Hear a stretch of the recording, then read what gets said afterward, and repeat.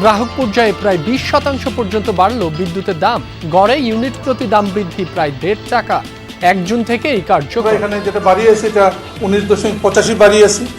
একই সঙ্গে আমরা যদি স্ল্যাব দেখি, আমরা যেখানে লাইফ লাইন সেখানে বাড়িয়েছি আমরা সবচেয়ে কম 15% বাড়িয়েছি। বাগেরহাটে খান জাহান আলীর মাজারের দিঘি থেকে সরানো হলো কুমিরটিকে। রাখা হয়েছে খুলনায় বন্যপ্রাণী উদ্ধার ও পুনর্বাসন কেন্দ্রে। শিশু মৃত্যুর ঘটনার পর প্রশাসনের সিদ্ধান্ত। জয়পুরহাটে সীমান্তের শূন্য রেখায় বিএসএফের কাঁটাতারের বেড়া দেওয়ার চেষ্টা, বিজিবির বাধা। সাতক্ষীরায় ভারতীয় সীমান্তরক্ষীদের গুলিতে আহত হওয়ার দাবি 2 যুবকের। হামো উপসর্গে দেশে মৃতের সংখ্যা ছাড়ালো 600। আজ আরও 7 জনের মৃত্যু। জনবল ও আধুনিক যন্ত্রপাতির অভাবে ঢুকছে খুলনা সংক্রামক ব্যাধি হাসপাতাল।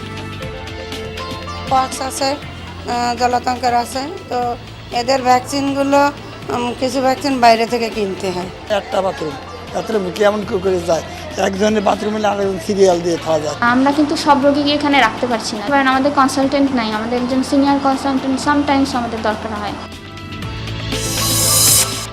শেরপুরের ঝিনাইগাতিতে 2টি গ্রামে দীর্ঘস্থায়ী জলাবদ্ধতায় ভোগান্তি। পানি নিষ্কাশনের পথ বন্ধ করে বাড়িঘর নির্মাণ। আমরা আগে এই মাঠে খেলতাম, এখন খেলতে পারছি না। এই মাঠে পুকুরের মতো পানি থাকার কারণে ঠিকভাবে আসতে পারতেছে না, আমার লেখাপড়ার মান কমে যাচ্ছে। পাবনা ও দিনাজপুরের গাছে গাছে এখন লিচুর থোকা। আশানুরূপ ফলনে খুশি বাগানীরা। শঙ্কা প্রচন্ড গরম আর ঝড় বৃষ্টি নিয়ে।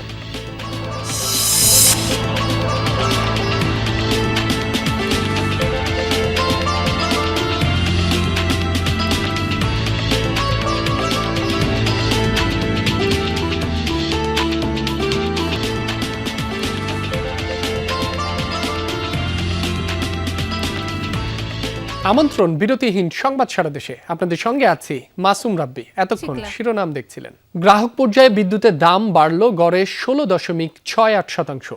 জুন থেকেই নতুন মূল্য হার কার্যকর হচ্ছে।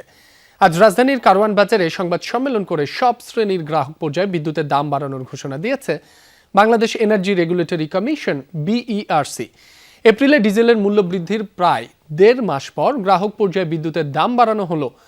নতুন মূল্যহার অনুযায়ী প্রতি ইউনিট খুচরা বিদ্যুতের দাম 1 টাকা 52 পয়সা বাড়িয়ে 9 টাকা 11 পয়সা থেকে 10 টাকা 63 পয়সা নির্ধারণ করা হয়েছে।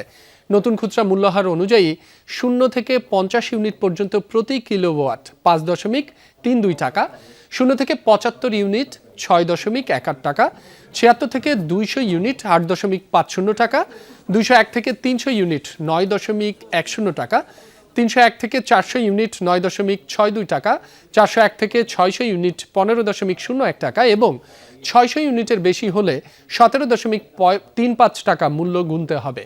এছাড়া কৃষি ও শিল্প গ্রাহকদের ক্ষেত্রেও দাম বাড়ানো হয়েছে। পাইকারি পর্যায়ে অর্থাৎ বিদ্যুৎ কোম্পানিগুলোর জন্য দাম বাড়ানো হয়েছে 19.85%। এছাড়া সঞ্চালন চার্জ বেড়েছে 23.96%। বিদ্যুতের দাম বৃদ্ধির পরও পিডিবির ঘাটতি হবে 41,000 কোটি টাকা।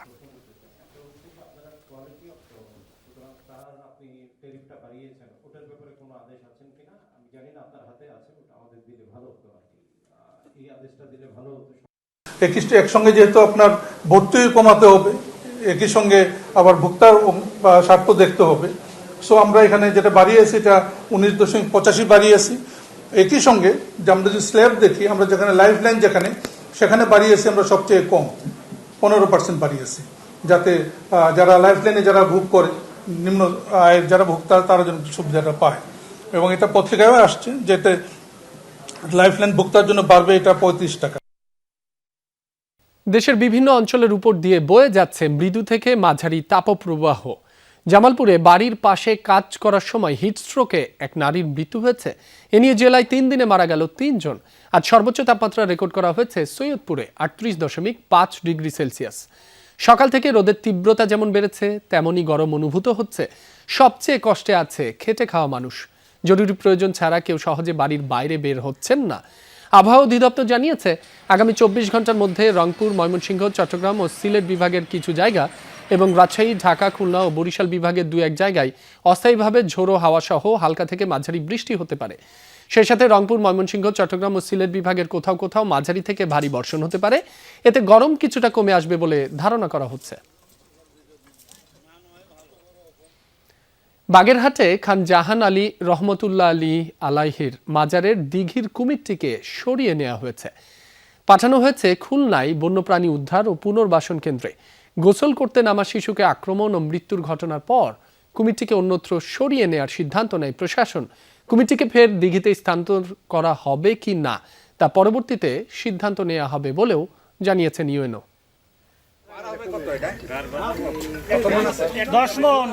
বাগেরহাটে খান জাহান আলী রহমতুল্লাহ আলাইহির মাজারের দিঘিতে শিশুকে কুমিরে টেনে নেয়ার পরপরই নড়েচড়ে বসে প্রশাসন। জননিরাপত্তার স্বার্থে দিঘি থেকে সরিয়ে নেওয়া হলো কুমিরটিকে।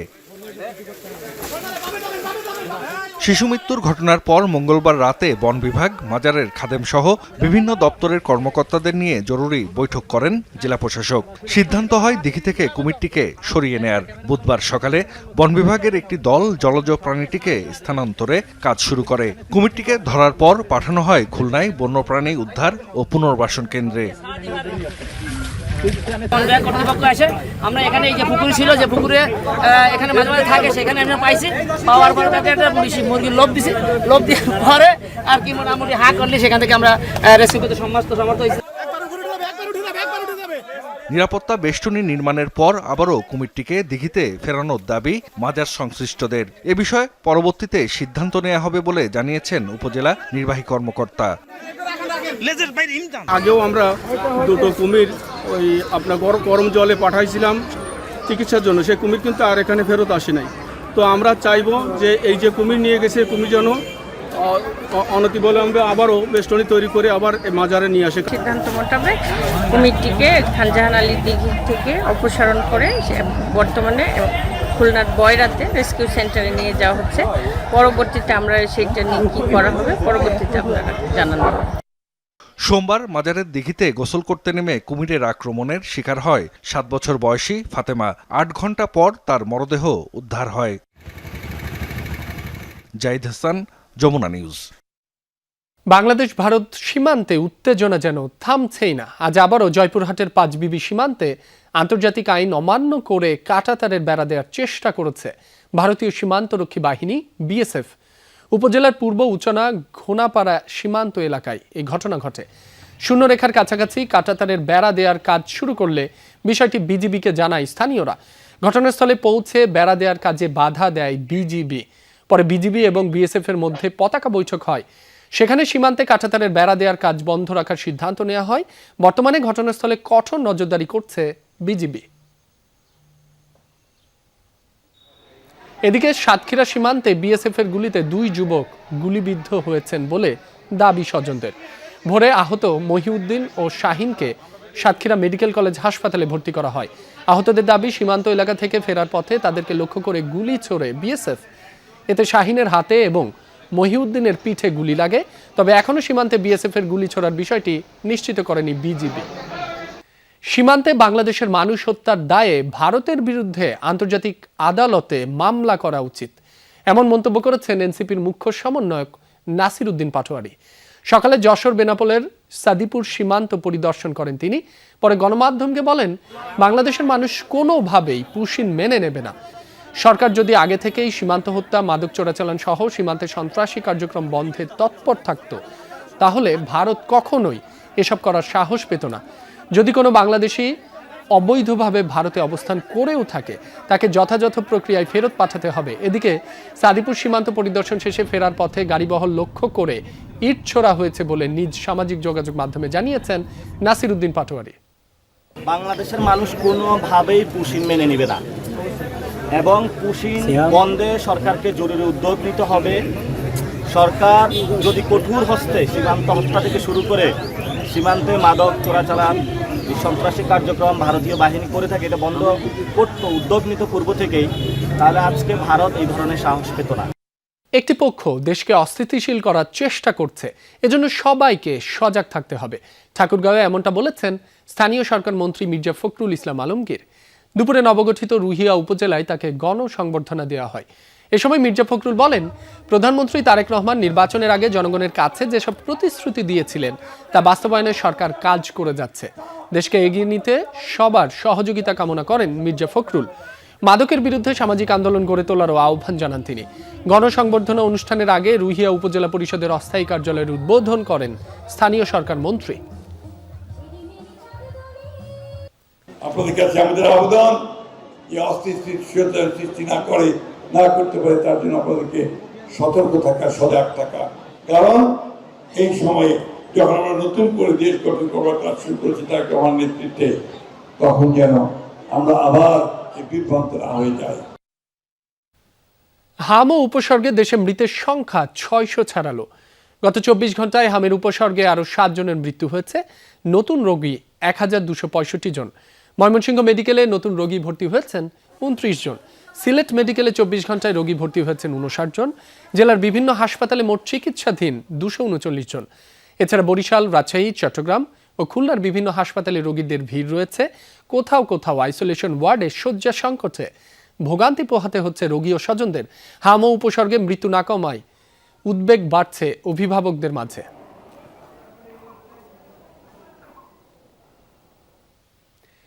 দেশের দক্ষিণ পশ্চিমাঞ্চলের মানুষের ডায়রিয়া, হাম, জলবসন্ত সহ 6টি ছোঁয়াচে রোগের চিকিৎসায় খুলনায় প্রতিষ্ঠিত হয় সংক্রামক ব্যাধি হাসপাতাল।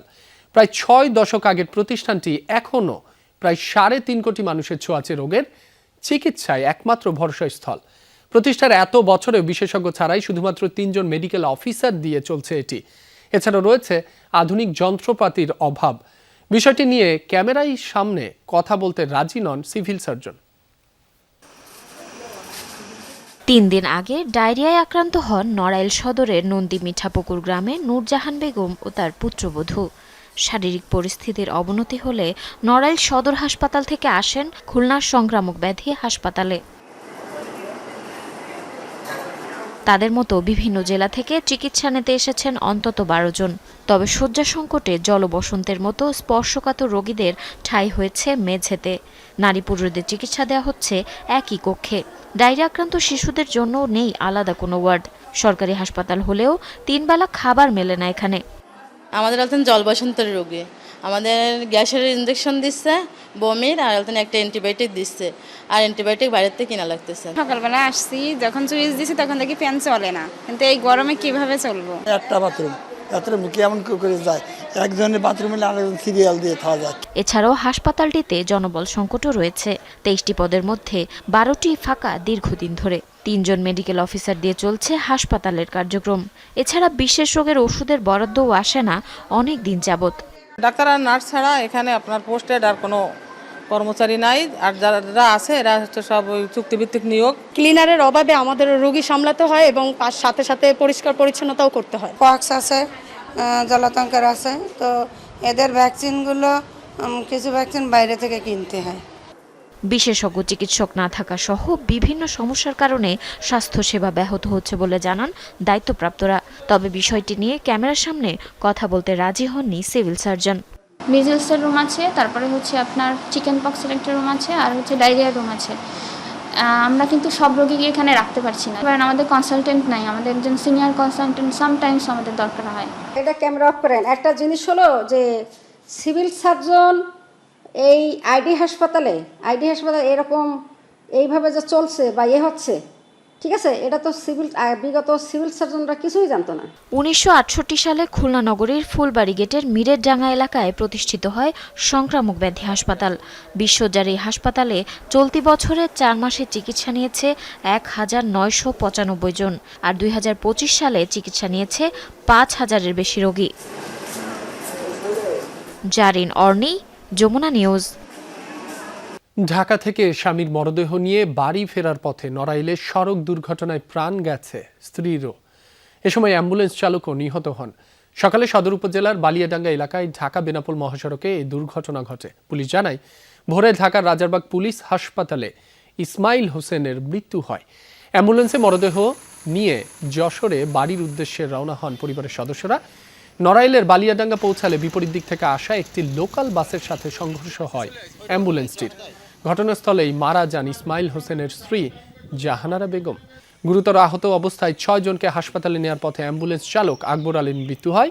তার বাড়ি লক্ষ্মীপুরে। এছাড়া নওগাঁ ও খুলনায় সড়কে প্রাণ গেছে আরও 2 জনের। চাঁদপুরে এক কিশোরকে পিটিয়ে হত্যার ঘটনায় মরদেহ নিয়ে সড়কে বিক্ষোভ করেছেন নিহত স্বজন ও এলাকাবাসী। দুপুরে শহরের যমুনা রোড এলাকায় জড়ো হন বিক্ষুব্ধরা। বিভিন্ন সড়কে কিশোর ইয়াসিনের মরদেহ নিয়ে বিক্ষোভ করেন তারা। স্বজনদের অভিযোগ, সোমবার সকালে এলাকার একটি জাম গাছ থেকে জাম পাড়াকে কেন্দ্র করে 2 কিশোরের মধ্যে বাকবিতণ্ডা হয়। এক পর্যায়ে একজন অন্যজনকে মারধর শুরু করে। তাদের থামাতে গেলে ইয়াসিনকে বাঁশের লাঠি দিয়ে বারবার মাথায় আঘাত করে অভিযুক্ত কিশোর।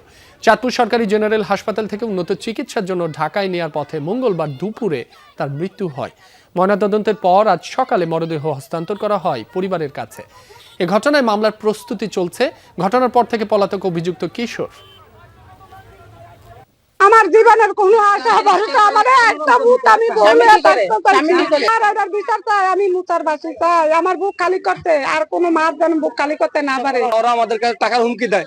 ওর মা বলে, ওরা বলে যে দোকানে মারা গেলে দোকানে 5 লাখ টাকা দিয়ে সমাধান করে লাইব। একজন প্রধান শিক্ষক আর্থিক কেলেঙ্কারির অভিযোগে বরখাস্ত হয়ে মামলার আসামি হন। সেই মামলা থেকে অব্যাহতি না পেলেও স্থানীয় প্রভাবে ফের বসেন প্রধান শিক্ষকের চেয়ারে। অভিযোগ, চেয়ারে বসার পর বাদীকে হুমকি দিয়ে মামলা প্রত্যাহারে বাধ্য করেন। চুয়াডাঙ্গার সোহরাওয়ার্দী সরণি মাধ্যমিক বিদ্যাপীঠের প্রধান শিক্ষকের বিরুদ্ধে অভিযোগের বিষয়টি খতিয়ে দেখে ব্যবস্থা নেওয়ার আশ্বাস দিয়েছেন শিক্ষা কর্মকর্তা।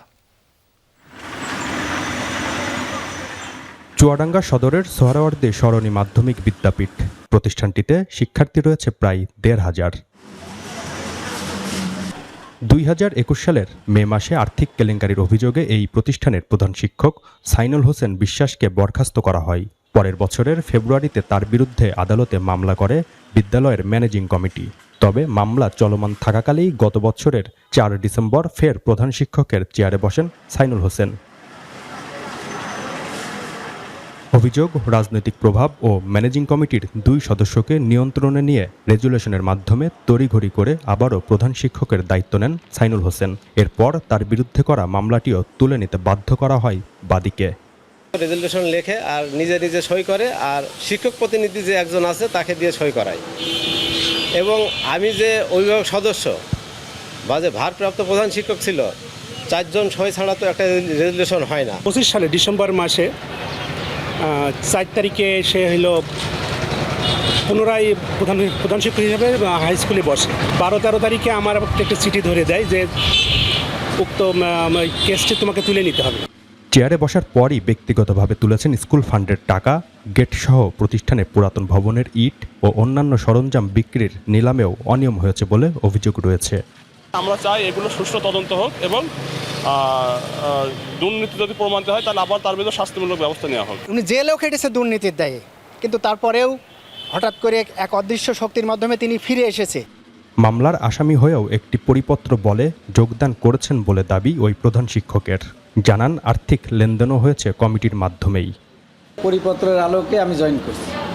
ওখানে পরিষ্কার করে বলা আছে সাময়িক বরখাস্ত, স্থগিত অথবা বন্ধ এবং স্বয়ংক্রিয়ভাবে শপথে বহাল এবং সমুদয় অর্থ পাবে।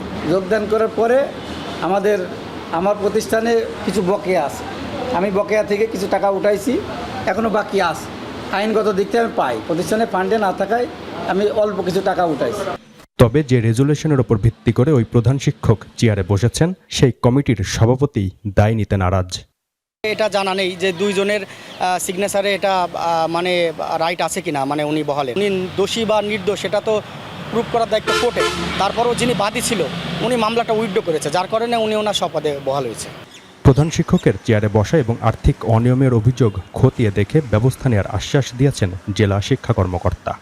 এই অভিযোগটা আমরা সরেজমিনে তদন্ত করে যদি সে দোষী সাব্যস্ত হয়, আমাদের আইনের বাইরে যে কোনো কাজ করে, তাহলে অবশ্যই সে সাজা পাবে। আর যদি দোষী সাব্যস্ত না হয় তাহলে যেরকম কাজ করার দরকার সেরকমই করা হবে। জিসান আহমেদ, যমুনা নিউজ, চুয়াডাঙ্গা। হবিগঞ্জে এক গৃহবধূকে ধর্ষণের অভিযোগে হুসাইন আহমদ নামে এক ছাত্রদল কর্মীকে গ্রেফতার করেছে পুলিশ। দুপুরে তাকে আদালতের মাধ্যমে কারাগারে পাঠানো হয়। গ্রেফতারকৃত হুসাইন গজনাইনপুর ইউনিয়ন ছাত্র দলের সদস্য। পুলিশ জানায়, নবীগঞ্জ উপজেলার দেবপাড়া গ্রামের এক গৃহবধূকে দীর্ঘদিন ধরেই ফোনে উত্ত্যক্ত করছিল হুসাইন। সোমবার রাতে ভুক্তভোগীর বাড়ির পেছনের দরজা দিয়ে ভেতরে ঢুকে ধর্ষণ করে সে। এ সময় ভুক্তভোগীর চিৎকারে স্বজনরা ঘরে ঢুকে হুসাইনকে আটক করে, পরে তাকে পুলিশের সোপর্দ করা হয়। মঙ্গলবার রাতে নবীগঞ্জ থানায় মামলা করেন ভুক্তভোগীর মা। হবিগঞ্জে ব্রাজিল ও আর্জেন্টিনার সমর্থকদের মধ্যে ফুটবল খেলাকে কেন্দ্র করে সংঘর্ষের ঘটনা ঘটেছে। এতে উভয় পক্ষের অর্ধশতাধিক আহত হয়েছেন। সকালে সদর উপজেলার লোকরা ইউনিয়নের কাশীপুর গ্রামে এই ঘটনা ঘটে। গুরুতর আহত কয়েকজনকে উন্নত চিকিৎসার জন্য পাঠানো হয়েছে সিলেট মেডিকেলে। স্থানীয়রা জানায়, মঙ্গলবার বিকেলে কাশীপুর গ্রামে ব্রাজিল ও আর্জেন্টিনা সমর্থকদের মধ্যে প্রীতি ফুটবল ম্যাচের আয়োজন করা হয়। সেখানে 2-0 গোলে ব্রাজিল হেরে গেলে উভয় পক্ষের মধ্যে তর্কাতর্কি হয়। পরে স্থানীয়রা বিষয়টি মীমাংসা করে দেন। সকালে আবারও খেলা নিয়ে তর্কে জড়ায় দুই পক্ষ। পরে দেশীয় অস্ত্র নিয়ে সংঘর্ষে জড়ায় উভয় পক্ষ। ঘণ্টাব্যাপী সংঘাতে দুই পক্ষের অন্তত 50 জন আহত হয়। খবর পেয়ে পুলিশ ঘটনাস্থলে গিয়ে পরিস্থিতি নিয়ন্ত্রণে আনে। পানি নিষ্কাশনের পথ বন্ধ করে একের পর এক বাড়িঘর নির্মাণ করায় ভোগান্তিতে শেরপুরের 2 গ্রামের অন্তত 50 পরিবার। দীর্ঘদিন ধরে ডুবে রয়েছে চলাচলের রাস্তা, নষ্ট হচ্ছে ফসলি জমি, এমনকি জলমগ্ন 2টি শিক্ষা প্রতিষ্ঠানের মাঠ। এতে বিদ্যালয়ে যাতায়াতে চরম ভোগান্তিতে পড়তে হচ্ছে শিক্ষার্থীদের। সংশ্লিষ্টদের কাছে বহুবার আবেদন করেও মেলেনি প্রতিকার। বিদ্যালয়ের মাঠ নয়, এ যেন এক পুকুর। স্কুল ভবনের চতুর্দিকে মাঠের পুরোটা অংশই জলমগ্ন। শেরপুরের ঝিনাইগাতি উপজেলার ভালুকা সরকারি প্রাথমিক বিদ্যালয়। খেলার মাঠ ডুবে থাকায় শ্রেণীকক্ষে আবদ্ধ হয়ে পড়েছে কোমলমতি শিশুদের ছেলেবেলা। শুধু একটি বিদ্যালয় নয়, দীর্ঘস্থায়ী জলাবদ্ধতার কবলে ব্যাহত হচ্ছে দারুস সুন্নাহ বালিকা মাদ্রাসার শিক্ষা কার্যক্রম। আমরা আগে এই মাঠে খেলতাম, এখন খেলতে পারছি না। এই মাঠে পুকুরের মতো পানি। এই মাদ্রাসার প্রায় 100+ ছাত্রছাত্রী, তারা এই পানি থাকার কারণে ঠিকভাবে আসতে পারতেছে না। আমার লেখাপড়ার মান কমে যাচ্ছে।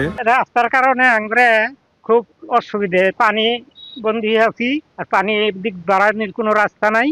স্থানীয়দের অভিযোগ, পানি নিষ্কাশনের পথ বন্ধ করে একের পর এক বাড়িঘর তৈরি করা হয়েছে। সেই সাথে চলাচলের পথ বন্ধ করে নির্মাণ করা হয়েছে বিদ্যালয় ভবন। এতে ভোগান্তিতে 2 গ্রামের অন্তত 50 পরিবার। ডুবে গেছে রাস্তা, নষ্ট হচ্ছে ফসলি জমি। ঈদের একটা দিন গেছে তো আমার ঘরের ভিতরে সাপ, ঘরে অর্ধেকটা চতুর্দিকে ঢাইলে গেছে। বাচ্চা কাচ্চা আমি বাড়ি থেকে অন্যখানে সরাই রাখছি। এত পরিমাণ পানি, মাছের প্রজেক্ট করার কারণে এই পানি বাইর হইতেছে না। কয়েকদিন ধরে বৃষ্টি নাই, এখনো পানির জলবদ্ধতা বাজে রয়েছে। পানি যাওয়ার কোনো ব্যবস্থাই নেই। মাঠের ভিতরে স্কুল তৈরি করাতে আপনার জলবদ্ধতার সৃষ্টি হয়েছে এবং কি মানুষের যে চলাচলের রাস্তাটা বন্ধ হয়েছে। এটা অ্যাম্বুলেন্স যেতে পারে না, এটা গাড়ি ঘোড়া যেতে পারে না, এটা ফায়ার সার্ভিস যেতে পারে না, আমরাও চলাফেরা করতে পারি না এই পানির নাকি।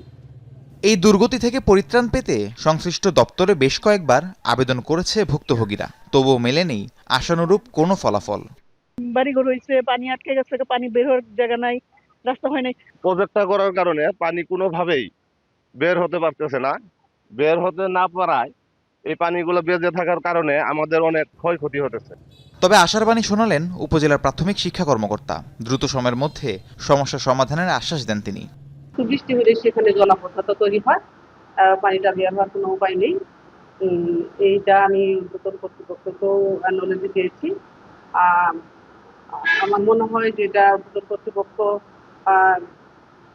যদি কোনো বরাদ্দ দেয় তাহলে আমরা এটা কি মাটি ভরাটের ব্যবস্থা করতে পারবো। রাহিম সারোয়ার, যমুনা নিউজ।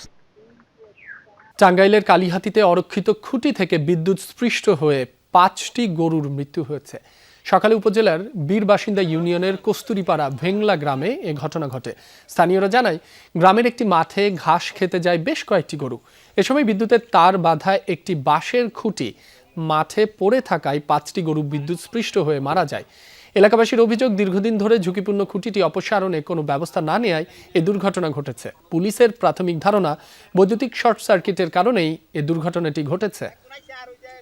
হিলি স্থলবন্দর দিয়ে বেড়েছে ভারতে পণ্য রফতানি। অর্থবছরের 10 মাসে আয় এসেছে $1,70,00,000। ব্যবসায়ীরা বলছেন, সীমান্তের ওপারে উদ্ভিদ সঙ্গ নিরোধ দপ্তর সহ প্রয়োজনীয় অবকাঠামো না থাকায় চাহিদা থাকা সত্ত্বেও কৃষিজাত পণ্য রফতানি করা যাচ্ছে না। এ বিষয়ে প্রয়োজনীয় উদ্যোগ গ্রহণের তাগিদ দিচ্ছেন রফতানিকারকরা। বলছেন এতে বাড়বে বৈদেশিক মুদ্রার আয়। হিলি স্থলবন্দর উত্তরাঞ্চলের অন্যতম বাণিজ্যিক কেন্দ্র। এই বন্দর দিয়ে ভারত থেকে বিভিন্ন পণ্য আমদানি হলেও এখন রফতানি হচ্ছে বেকারি পণ্য, বিস্কুট, জুস, কোল্ড ড্রিঙ্কস, ঝুট কাপড়, প্লাস্টিক সামগ্রী, রাইস ব্রান তেল। সংশ্লিষ্টরা বলছেন ভৌগোলিক অবস্থানের কারণে এই বন্দরকে বেছে নিচ্ছেন ব্যবসায়ীরা, ফলে দিন দিন বাড়ছে রফতানির পরিমাণ। পান কোম্পানি আছে, আকিস কোম্পানি আছে, অন্যান্য বহুত কোম্পানি আছে, সব এক্সপোর্ট হয়। বাংলাদেশ থেকে বিভিন্ন ধরনের পণ্য ভারতে রপ্তানি হচ্ছে এবং এই পোর্ট দিয়েই যাচ্ছে ইদানিং একটু বেশি। অতীতে নেয় আমাদের বর্তমানে এক্সপোর্টের পরিমাণটা অনেক বেড়ে গেছে।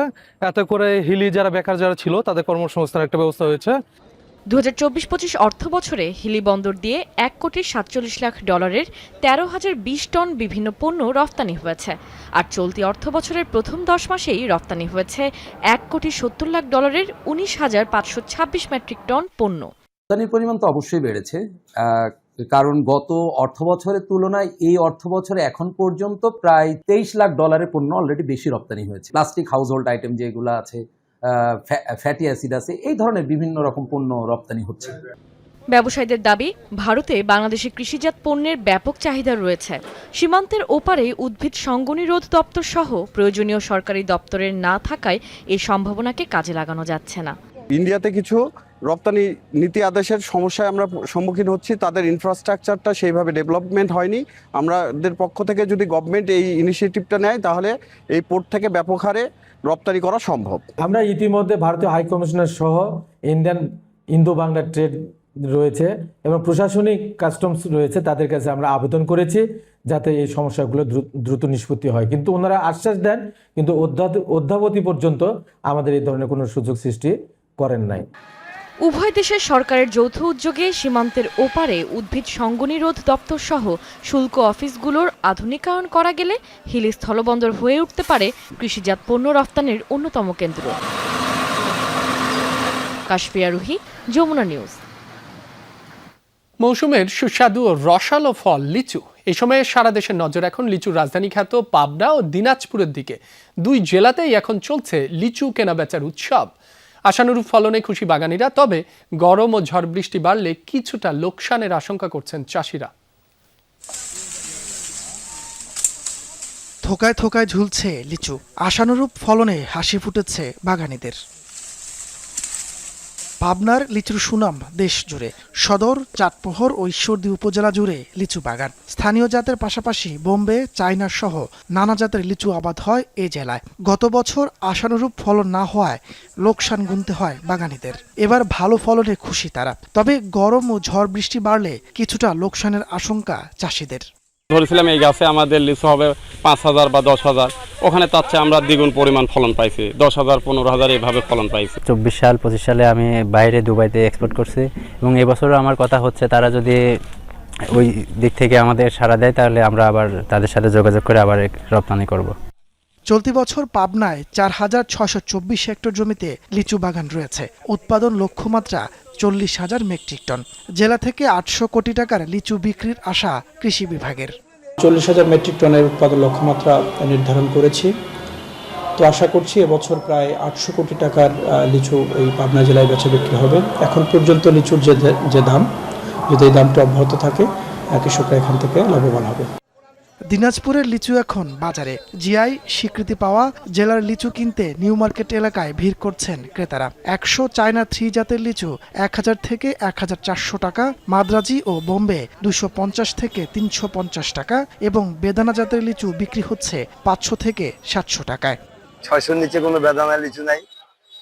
গতকালকে মাদ্রাজি গেছে 1200 টাকা হাজার, আজকে সেই 3000 টাকার উপরে। গতবারের তুলনায় এবার লিচুর দাম একটু বেশি মনে হচ্ছে। মাদ্রাজির কাছে ভালো কোয়ালিটিটা 300 থেকে 350, মিডিয়ামটা ওটা 200-250 টাকা বিক্রি হচ্ছে। চায়না 3 চলতেছে 1000 টাকা থেকে 1300 টাকা পর্যন্ত সহ। জেলার 13 উপজেলায় 5,484 হেক্টর জমিতে লিচুর ভালো ফলন পেয়েছেন চাষিরা। তাপস সরকার, যমুনা নিউজ।